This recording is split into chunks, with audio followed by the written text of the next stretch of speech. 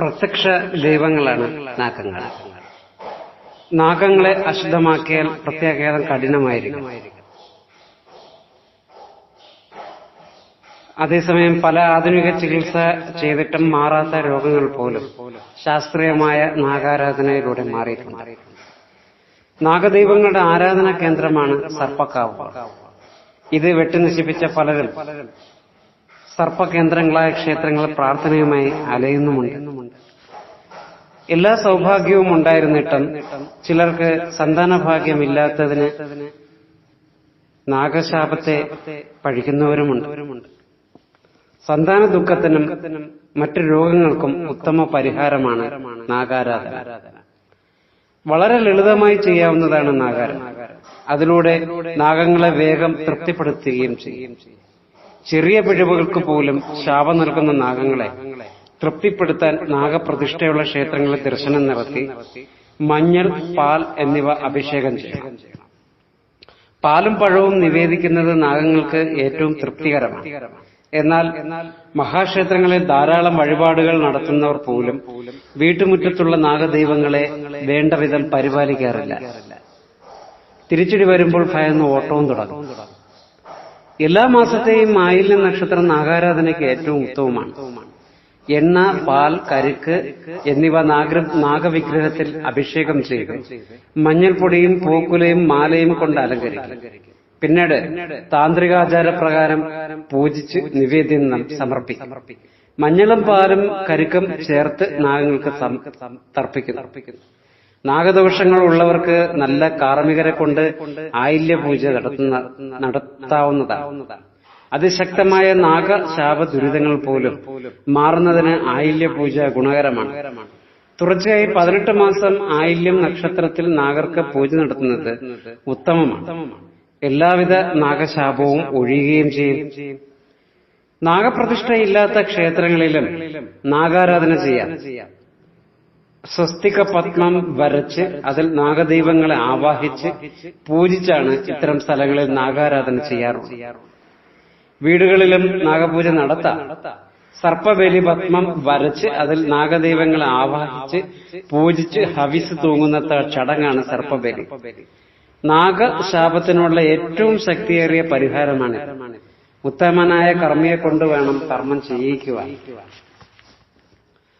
ശത്രുദോഷത്തിന് മാലാമന്ത്രം.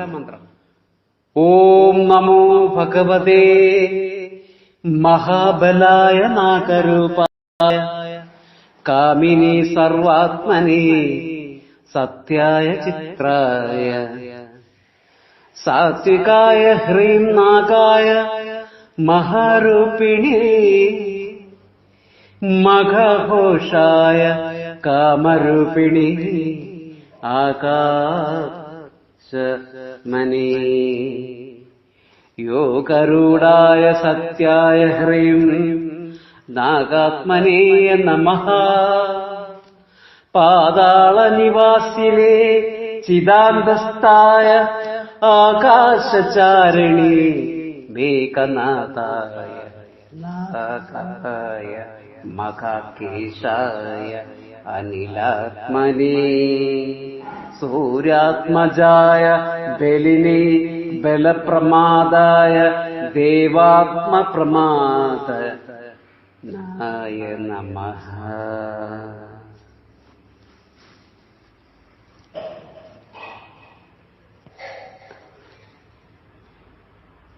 ദാമ്പത്യ കലഹം മാറുന്നതിനും നാഗരഞ്ജിയും രാഞ്ജിയും മന്ത്രം. അത് ഇങ്ങനെ ചൊല്ലാൻ: ഓം ഹ്രീം നാഗാത്മികായേ രാജപൂജിതായേ നാഗാഹി രാജാർച്ചിതായേ ദേവചൈതന്യകാരയിത്രേ ഓം നാഗായ ഹ്രീം യോഗിനി ദേവതാരായ ശൈവ ചൈതന്യ യുക്തായേ ഗഗനചാരണ്യേ പാതാള നിവാസിനി ഇച്ഛാനുരൂപവേ ധ്യായിനി നാഗാധ ചാരുണ്യേ നമഃ.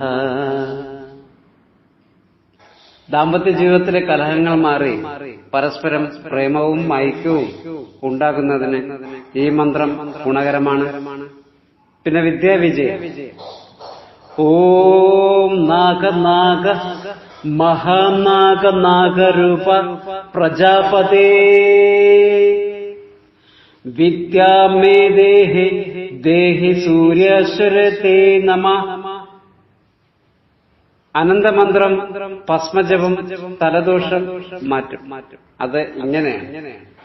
ഓം നമോ ഭഗവതേ അനന്തായ മഹാബലായ നാഗേശ്വരായ ഹ്രീം നാഗനാഥായ നാഗാത്മനേ പ്രദീപ്തേ യോഗതീതായ ജ്ഞാനായ ബലായ ബലപ്രമാദനായ ഹ്രീം അനന്തായ നാഗനാഥായ നമഃ.